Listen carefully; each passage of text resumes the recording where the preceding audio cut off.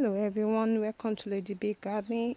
This morning I just want to encourage everyone that in life you have good times and you have bad times. For me this year it's been my tomatoes.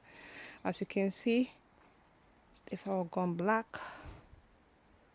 and that's early blight.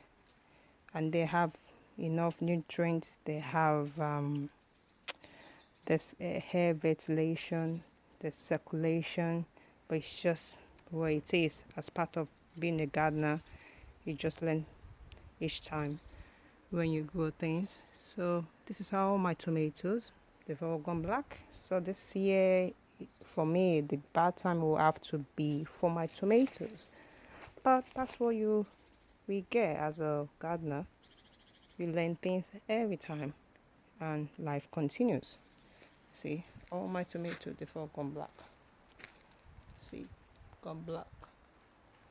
So, and that's it. So this is one of the times that you experience. But what I'm saying is that never give up. Just continue going, never give up. And have a blessed day. I hope you enjoyed this encouraging video that never give up. Just continue going. That's what makes us a human being. Bye. Have a blessed day. Bye.